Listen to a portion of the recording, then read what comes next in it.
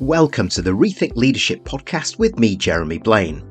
I interview leaders, experts and business professionals from around the world who are bringing leadership principles and know-how into the digitally driven 21st century workplace, with focus firmly on the how-to rather than the what. Each episode is in aid of a charity chosen by my guests, and since 2020, we've made donations to over 80 global and local causes. Welcome to the Rethink Leadership podcast with my guest, Dr. Lilian Ajayi Ore, an executive coach, founder and CEO of Global Connections for Women Foundation, and co-author of The Power of the Learning Mindset with Dr. Marshall Goldsmith. Lilian is an award-winning Chief Learning Officer, research scholar, and part of the lead faculty at Columbia University. She has over 17 years of experience working with Fortune 100 and Fortune 500 companies. As a member of Marshall Goldsmith's 100 Executive Coaches, she also mentors top professionals in uncovering their career paths.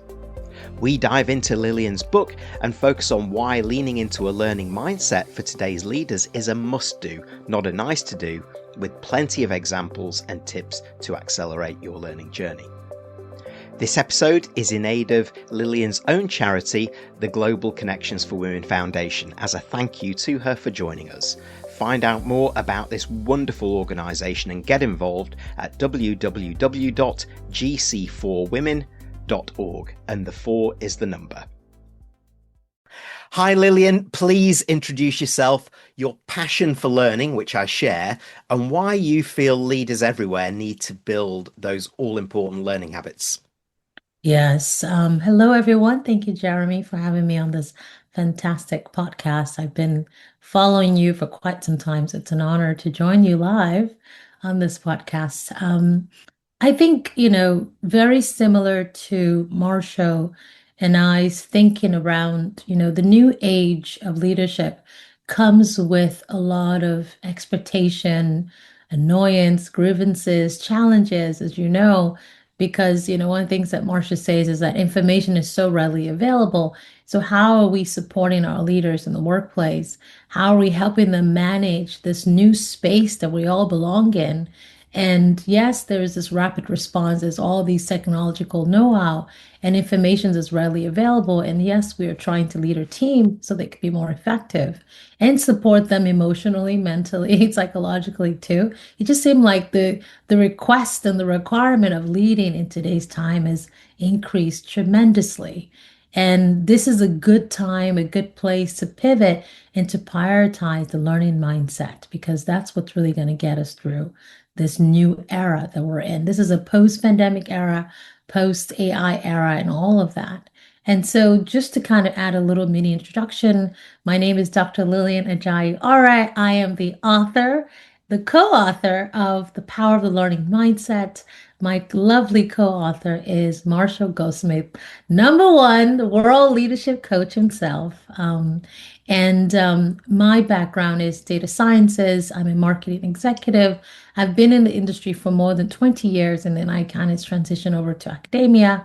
I'm a professor at Columbia, and I teach data sciences as well as marketing and digital communications. And I am a founder and CEO of a nonprofit organization.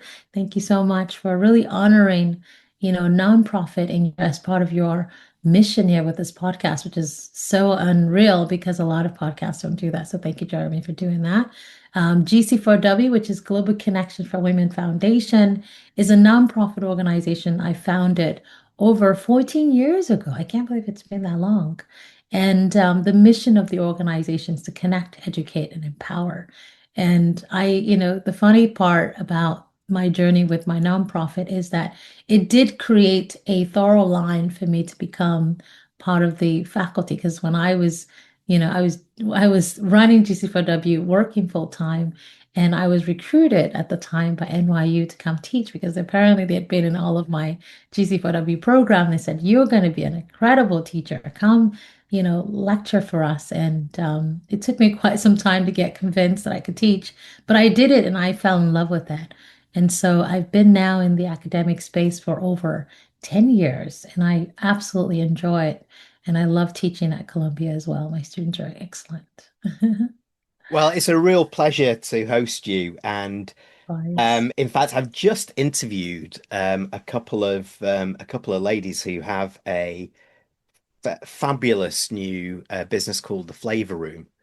Mhm. And I'm going to introduce you because your foundation and your work links really closely with what they're trying to do in Mhm. terms of benefiting leaders of color, Mhm. but also across other diversity which lends itself to what you've been working on outside of that too. So I shall make that introduction outside of this.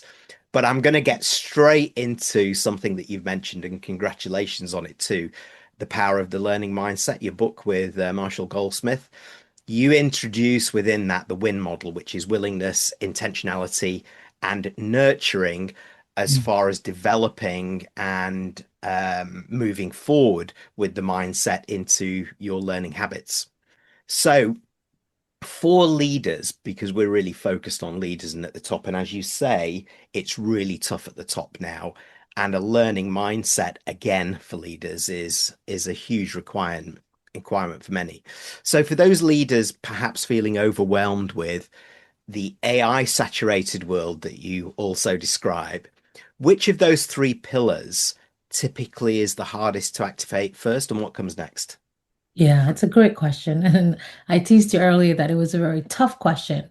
And the truth of it is, the model that we created in the book, this framework around win is in order to win, you really need to start with the first stage, which is the willingness to learn, the W part. And, it's the harder part because you have to now figure out a way. Managers, leaders are very busy. Now you have to figure out a way to make space for learning. And one thing that Marshall Goldsmith said was, unlike before, you can just go to a program and a conference, get your know-how, and run back to work and start applying these things. Leadership practices and habits is something that you have to do now on a daily basis. Learning habit is something that you have to make time for on a daily basis. And so the first stage that you should start is the willingness to learn. And the reason why that one is the most difficult one is because you have to now change the culture in which you work to accommodate a new culture of learning for you as a leader. And so when you read the book, one of the things that we try to do is to make it more of a personal journey. We're asking you that question of what are the gaps? Like, what do you think you need? Like, where are the key areas in your leadership that you feel like you need the most support? And then once that's been taken care of and nurtured, and you figure out a routine or a repertoire to support that journey, then you shift to the I, which is intentionality. And that's the second half of the book that's focused on the leadership prowess. We added, when Marcia and I were talking about what type of leaders do we need, we added prowess at the end because I think leaders know that they have great leadership skills, but do you have the prowess, that consistency, which aligns with your second question, actually. And I'm going to come back to that because that's a really important point for me, which takes learning to that next level when we often stop where we feel we've got the certificate now, or I've learned that, I can now move on and implement it. But going back to what you said there, I like a lot of what you talk about there. It is around the will, and that really plays to that learning mindset and the overall mindset of that leader. But Yeah. then almost founding that once you've achieved it with the routine and the repertoire of tools to be Mhm. able to move forward. Those Mhm. small steps at the beginning, I imagine, are the most important, are they, Lillian? They are. And one of the things I always say is that this phase in time requires a sense of humility and humanity. Yeah. Humanity to yourself and the people that you support, because leaders bring the culture into the space. I get it that corporate has culture, every company has a culture, but the leader is the one that sets the tone for the culture. So if your culture is about learning, then everybody else kind of simulates that same culture. And that is what we call a very successful and win tool because it allows everyone else to kind of model after you. But you have to figure it out for yourself first before you bring that culture into the workplace. Yeah, it reminds me of the Microsoft response to that. We have to move from know it all to learn it all. from the Yes. very top and throughout the organization. So Yes. let me go back a step to something that you picked up before. Uh, and for me, you make a fascinating distinction in the book between mastery, which is that achievement of expertise or Mhm. achieving expertise, and Mhm. prowess, which is the ongoing embedding and building of the skills. So we are living in an era where things are changing so fast. Technology transformation seems to be happening almost overnight when we consider AI, for example. So, Mhm. why is, for some leaders, particularly clinging to mastery, actually a risk for modern executives? And Yeah. how, for them, does shifting to prowess change how they build and retain trust, not just within their ecosystem of the leadership team, but across their teams? Yeah, no, it's a great question. And the reason why mastery is no longer the resolve is because of the rapid changes that's happening in our workplace. Even, as a professor myself, I can claim that I have mastery. When I walk into my classroom on a daily basis, because yes, I have a prepared lecture, my students already know what the topic is going to be of the day, I still need to adjust my prowess in case questions outside of my lecture comes up and students are curious. So in order to create a culture of curiosity, which is always a great way to get, people to be more creative, more innovative, more responsive, you need to develop prowess. Prowess is knowing that you don't have all the answers, you don't know it all, but you're willing to learn what's missing, and just knowing that that's your immediate resolve and not necessarily checking for mastery. I think life allows us to acquire mastery. We have mastery moments, which is great, but prowess forces us to move beyond just achievement milestones to something that's more continuous, something that's more of a lifelong commitment, something that's character based and value based. And those unique identifiers serves the leader and it changes how people respond to the leader as well. So, a quick question for clarification there on that, Lillian, because you mentioned it there before. I've been familiar with the term continuous learning, Yes. but when you and Marshall looked at this, you you felt that you need was am I right in assuming you felt you needed to break that apart and make that distinction in the journey of continuous learning from mastery, which is no longer a given because of the speed of change, and therefore that almost different gear that you need to adopt of prowess? Yes, no, it's absolutely. And the reason, and this particular distinction is why I thought, partnering up with Marshall made the most sense. In his book, Earned Life, he talked about the triple A effect: action, ambition, aspiration. And I align it to the prowess phenomenon because if you think about mastery, mastery is about taking an action. It's about ambition. I want to do this. I want to get an award. I want to finish my doctorate degree. Those are things that we do because we have ambition to do that. Aspirational is a bar that constantly changes. The work provides that challenge. Our life provides that challenge. The environment provides that challenge. Our team sometimes provides that challenge as well.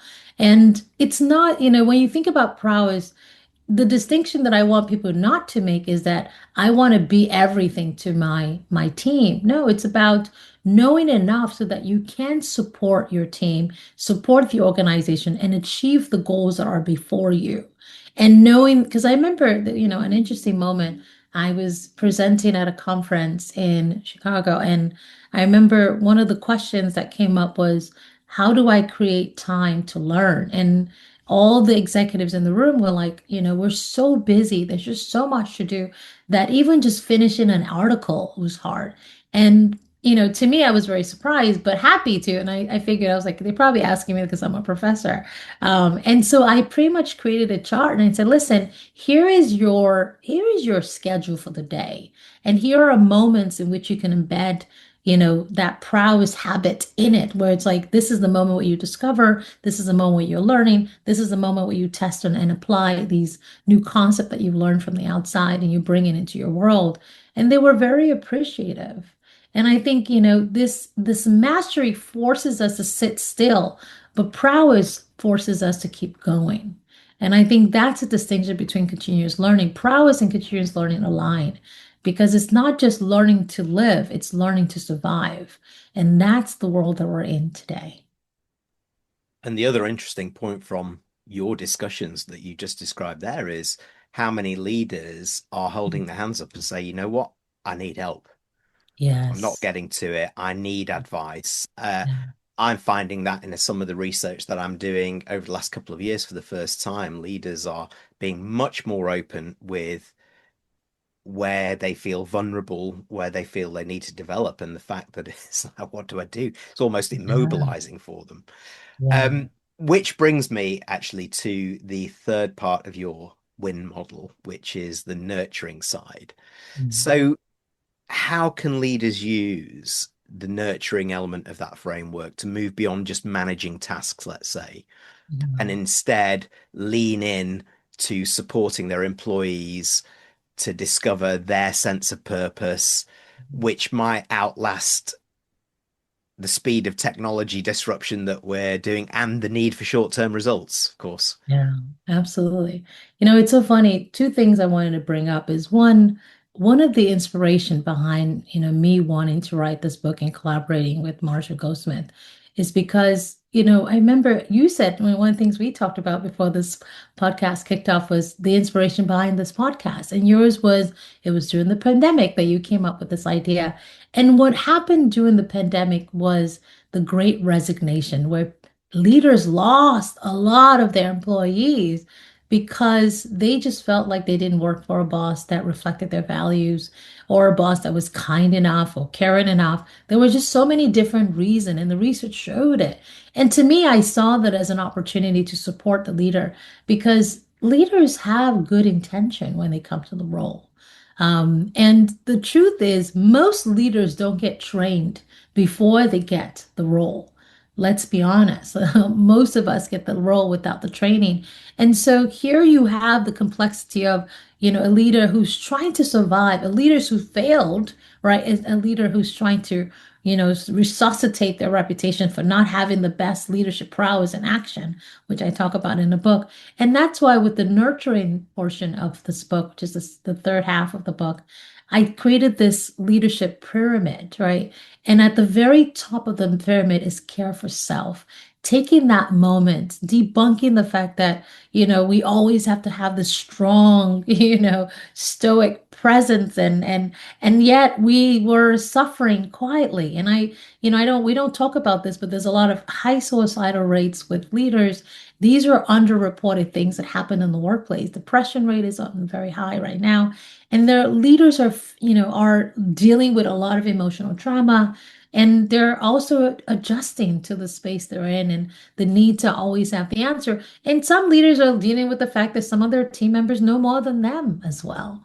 And so, how do you protect the leader? How do you create spaces for the leader to know that it's time to focus on my own needs first? And that's why I think the pyramid, which a lot of people actually really like, the idea of like focus on the first stage is care for self. What do you need? How do you want to be supported? How do you feel today?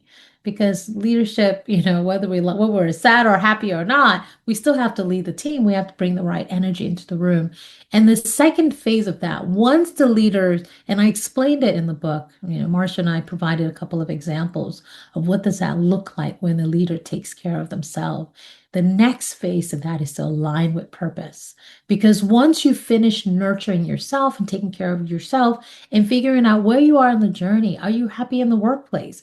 Sometimes leadership requires a new space themselves. They've outgrown. What you're feeling is resentment, not because the job isn't giving you satisfaction. You're just tired of doing the role and you want a different environment, a different team. And that's perfectly fine as well. And that aligning with purpose is either reminding the leader what brought you to the organization. Why do you love this team? Most of the time you inherit teams. Sometimes you actually build a team yourself where you do the hiring, the recruiting, the coaching, and all the development.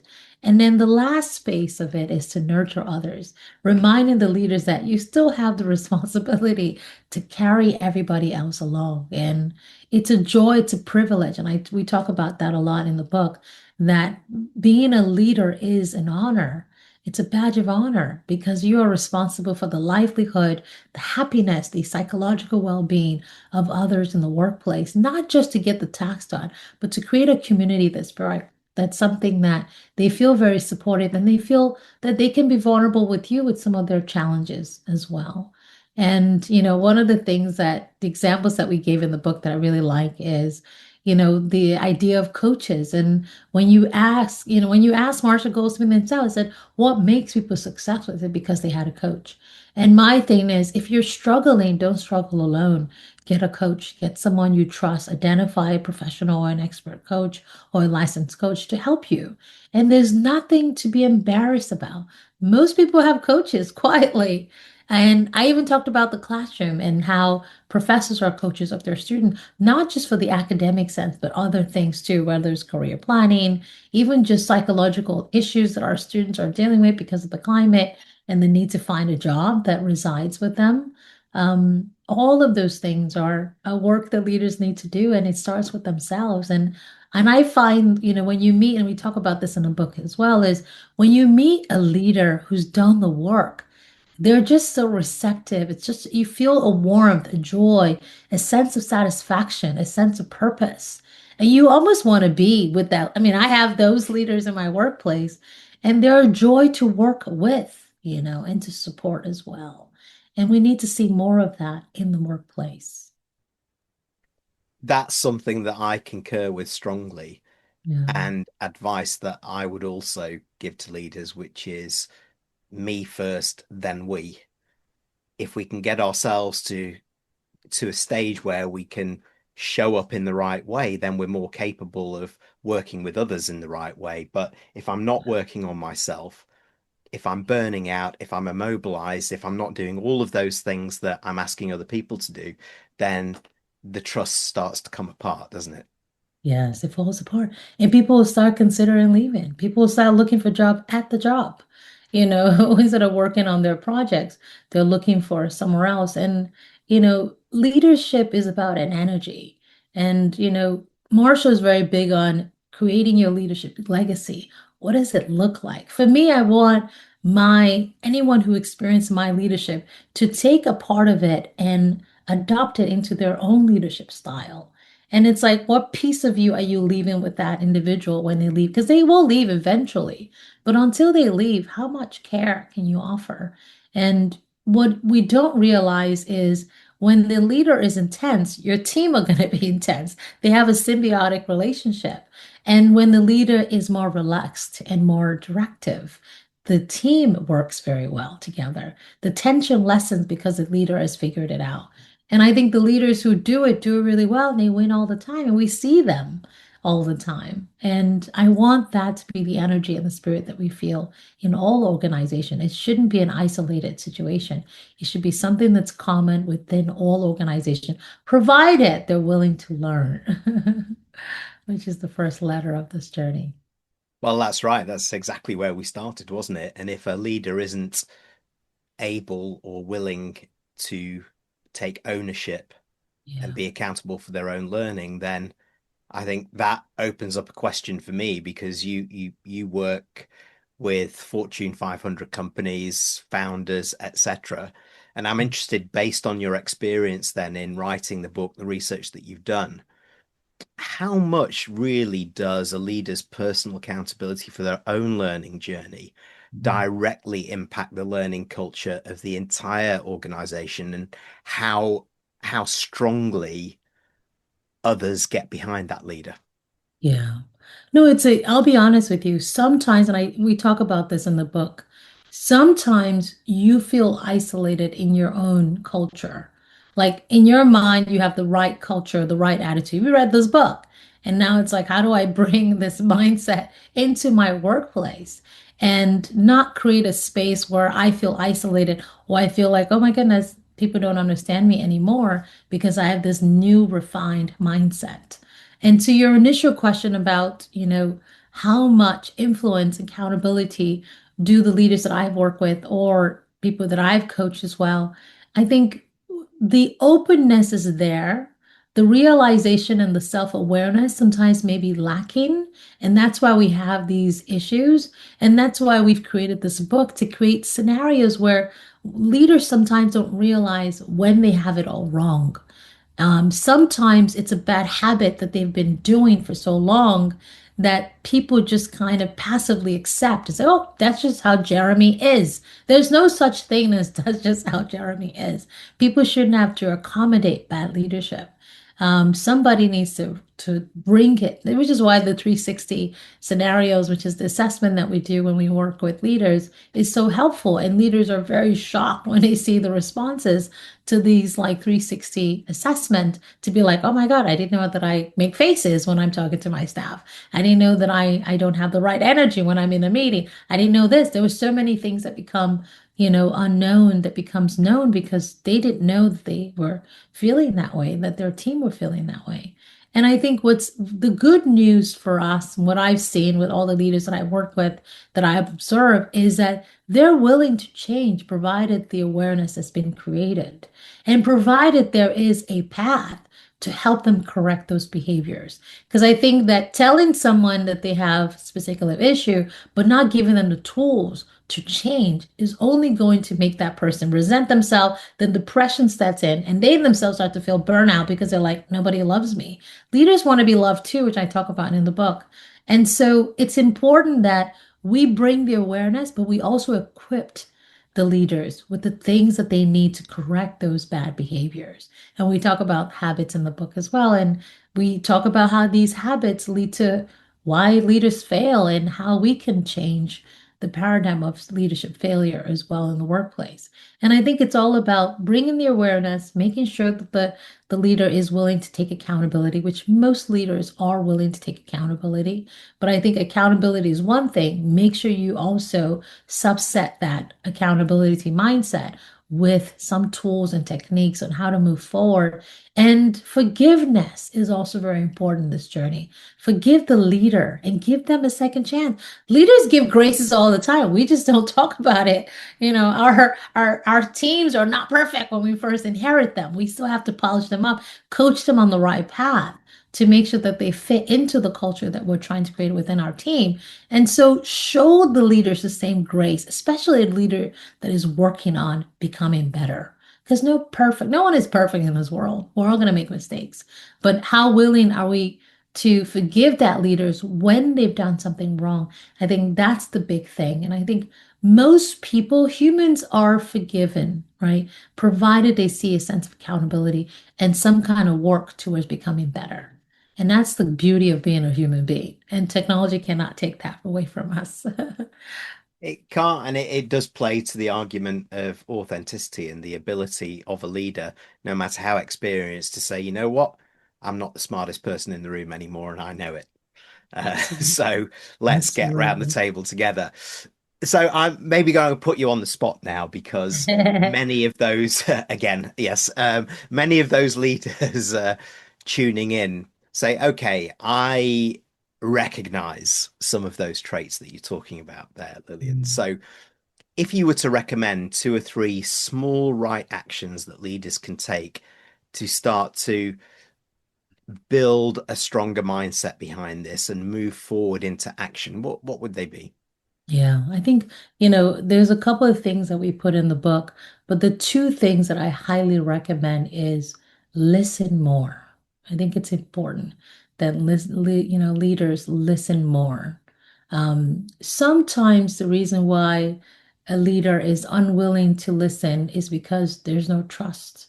Right. So, the second advice is create a space within your team, within your workplace, where you can trust the people that work with you, not for you, with you. Trust your team. And if you feel like you're not at a place where you can trust them, create the scenarios where trust becomes part of the culture in which you feel supported. Trust needs to exist in order for you to listen better. So trust is first, and the next thing is to listen more. And I think leaders are more willing to listen provided they trust their team. Like this is coming from a great place. This is, this is a leader who wants more for me, who wants the best for me. This is a leader that wants me to be successful. And, when you manage a team, they can sense what you care about based on your leadership attributes and how you carry along the team, how you manage them, how you lead them. And I think trust and listening are two tools that will help a leader correct any bad behaviors that they've had in the past. And once they see that, they can build a culture of team that would be curious, very supportive, and of course, drive exponential growth, which I think what most leaders want to see as well. And just to add a couple of things, I think this is one of the very few leadership books that I've read, and I've read a lot for my journey, even as a professor. And even as a professor, I love a professional. I love reading. And it's the first book that talks about the human side of a leader, that doesn't just put the leader on a pedestal. It puts the leader as a human being, someone who has bad days and good days, someone who needs support, someone who cares, who has a heart. And a lot of leaders, based on some of my research, complain about how, their team don't even check. Sometimes the team don't even ask, how are you? It's always the leader who's kind of leaning in and saying, how are you? How are you doing today? And I think, for those people listening who also have leaders, check on your leaders and be that person in the room, in the workplace, that the leaders know that I can at least count on you to check in and create a culture within the rest of your teammates. Be like, let's also check on our leaders as well. And I think that needs to happen now more than ever, because leaders are juggling so much just to keep everyone happy, everyone working and progressing. And a lot of times leaders feel very lonely and isolated because no one typically checks on them. Yeah, well said. And I agree. And that plays also, therefore, to a greater peer-to-peer support needed at leadership level. Look out for your colleagues at that level too. They'd appreciate that. I'm absolutely sure it can be lonely at the top. One of Sadly, the so go ahead. Yeah, no, I was just going to add one more thing, that in the leadership prowess chapter, the section of the book, we had the leadership accountability scale. And I think, peer-to-peer, support is really important. It was important to create a scale so that the leader knows that I need to have these things in place so that I can be effective. And I think once for those of you listening, when you get the book, it will help you understand who are the type of people I need in my life, what community do I need to be a part of, so that I can have this balanced life. And when the leader feels balanced, they're more successful. And I think, there's a lot of really good gems in the book, but we really did think about the humanity and, of course, the humility side of leadership, and what does that look like in practice as well.